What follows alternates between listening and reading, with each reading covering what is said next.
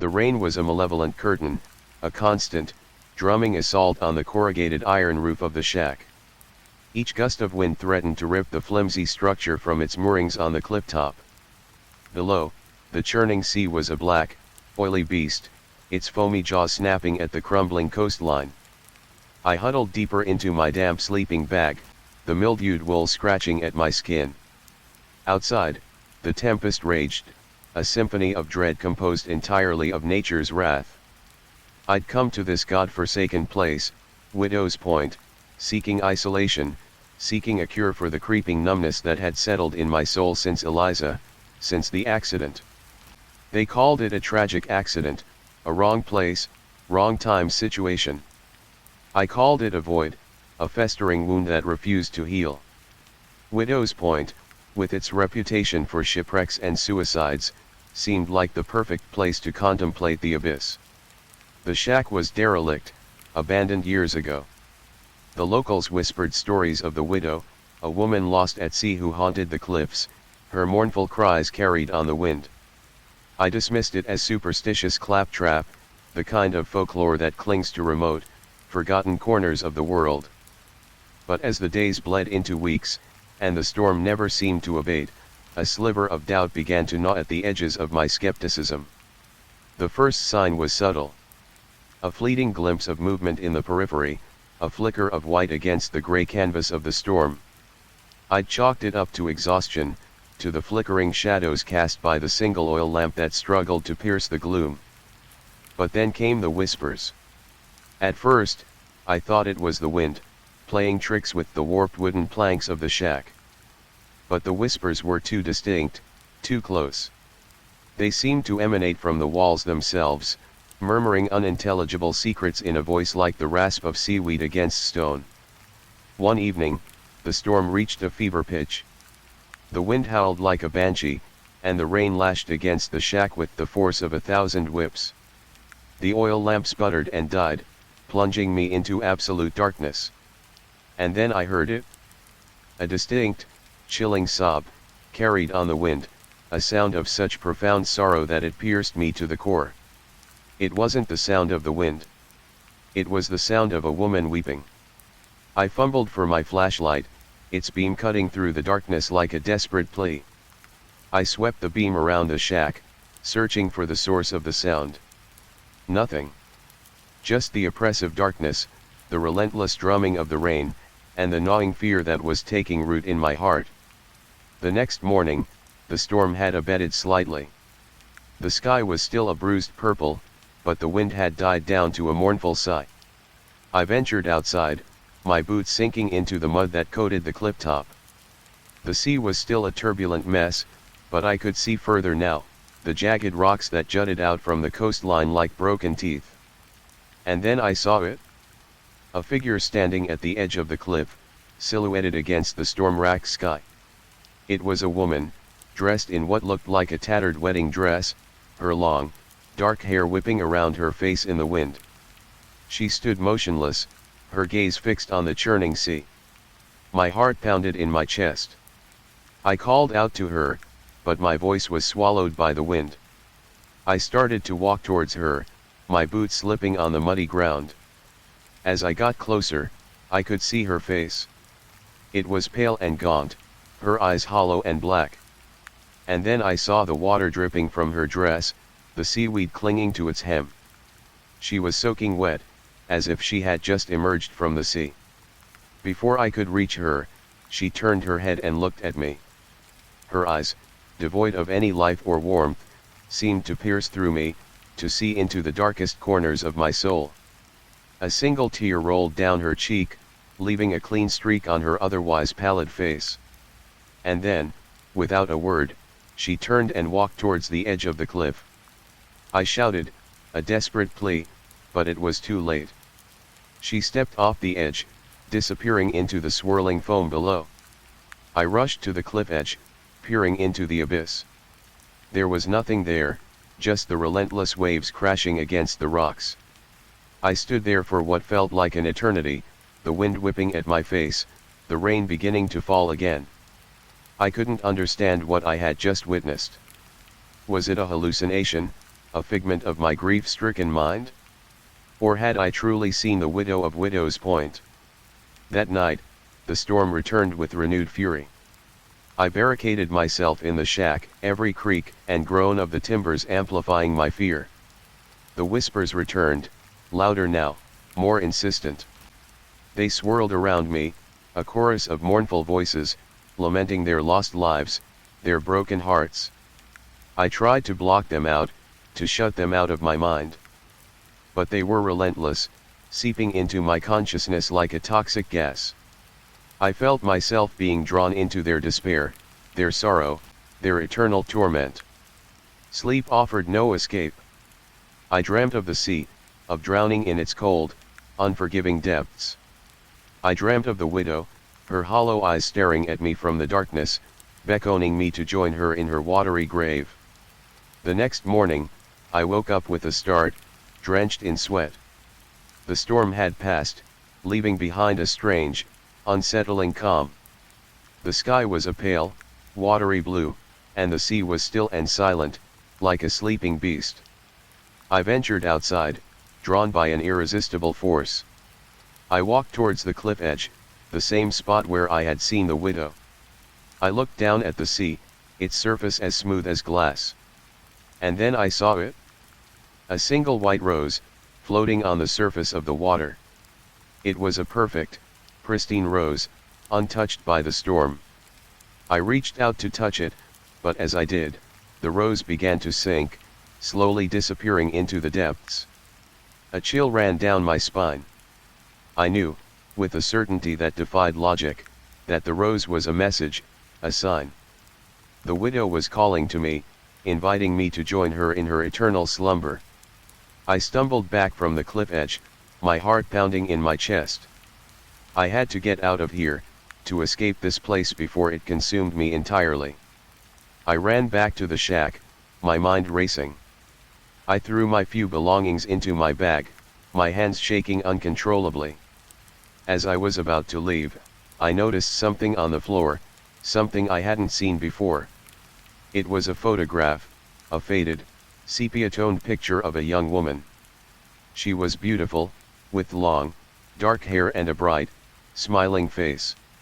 She was wearing a wedding dress, and standing next to her was a young man in a sailor's uniform. I picked up the photograph, my fingers trembling.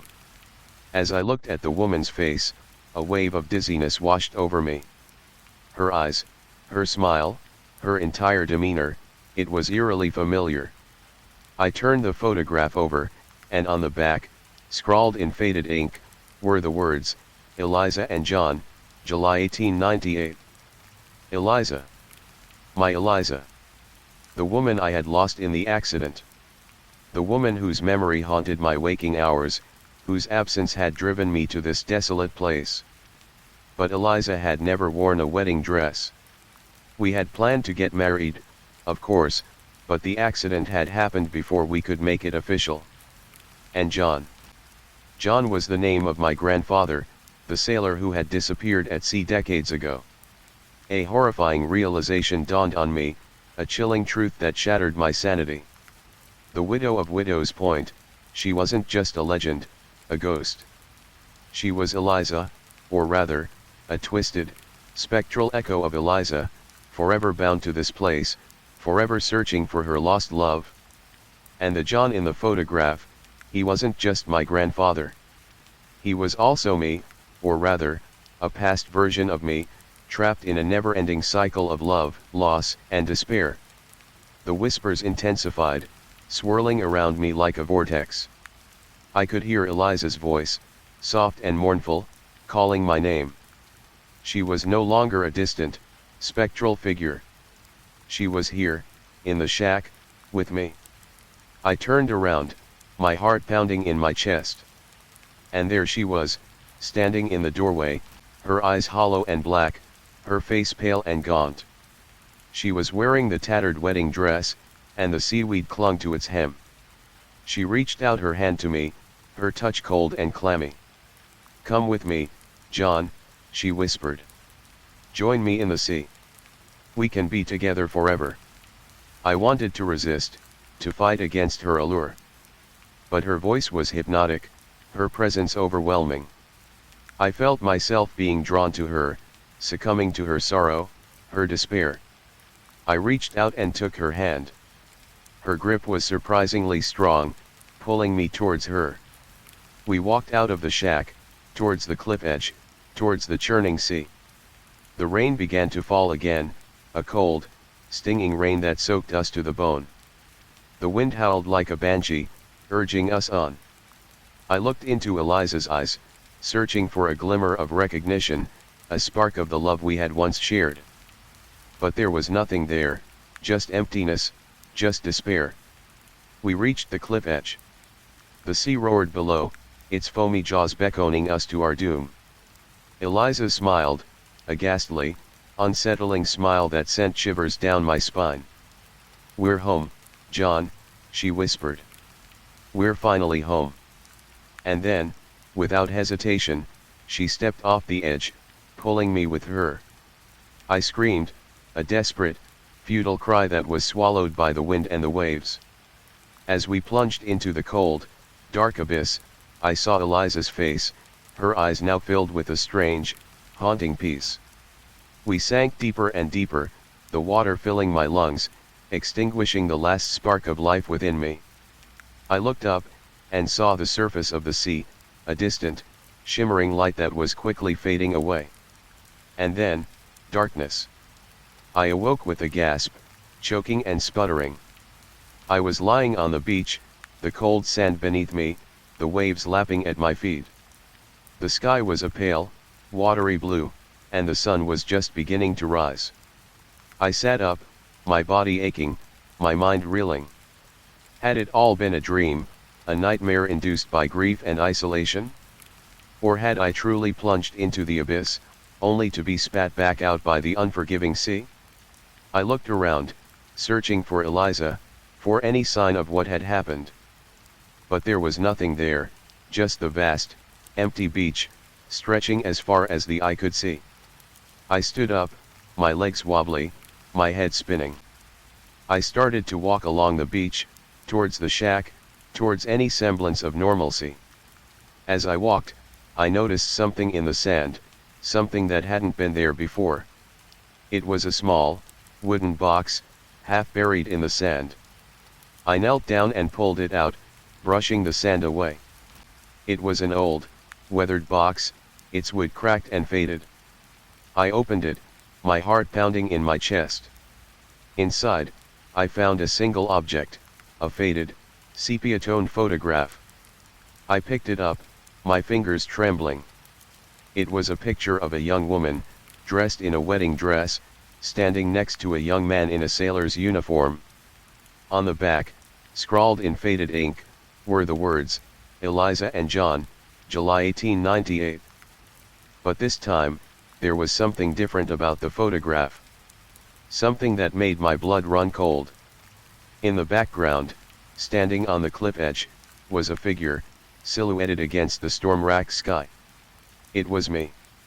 Or rather, a future version of me, forever trapped in this endless cycle of love, loss, and despair. The realization hit me like a tidal wave, crushing me beneath its weight. I am the widow's point. I am the storm. I am the lost love, the eternal sorrow, the never-ending torment. And I am doomed to repeat this cycle, over and over again, for all eternity. The sea calls to me, and I must answer. The sand shifts beneath my feet, pulling me towards the water's edge. A whisper, soft and mournful, echoes in my mind. "Come home, John. Come home." I turn towards the sea, my eyes vacant, my soul lost. The waves crash against the shore, beckoning me closer. And as I step into the water, I know that there is no escape. There is only the sea, and the endless, haunting echo of Eliza's call. The cycle begins anew. The wind picks up, whipping my hair around my face. I look out towards the horizon, a single white rose bobbing on the surface of the water. And I know, with a chilling certainty, that the next John is already on his way. He will come to Widow's Point, seeking solace, seeking escape. and he will find only me, waiting for him, ready to drag him down into the depths, to join me in my eternal torment. Because that is what the widow does. She waits. She lures. She consumes. And she never, ever lets go. The shack, now seemingly pristine, stands on the cliff as a false beacon of hope.